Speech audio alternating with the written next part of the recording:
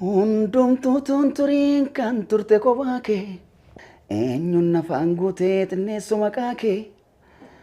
ilma namaa yartuu beekumsi muraasa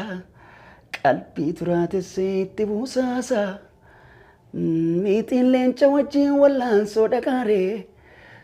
suphee dhooftuu gaafii gaafataare wanta bocan qabne addunyaa dukkanaa bareechitee uumtee kunoo akka kanaa. Dinqisiifatamoo qabda yaa uumaa koo waggoota biliyoona biiftuun ifaa jirtu urjii samii keessan faca'ee mul'atu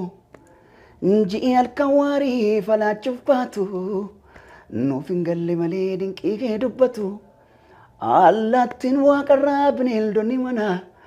munyuuqan lafarraa qurxummiin galaana kan riphee kattisee kan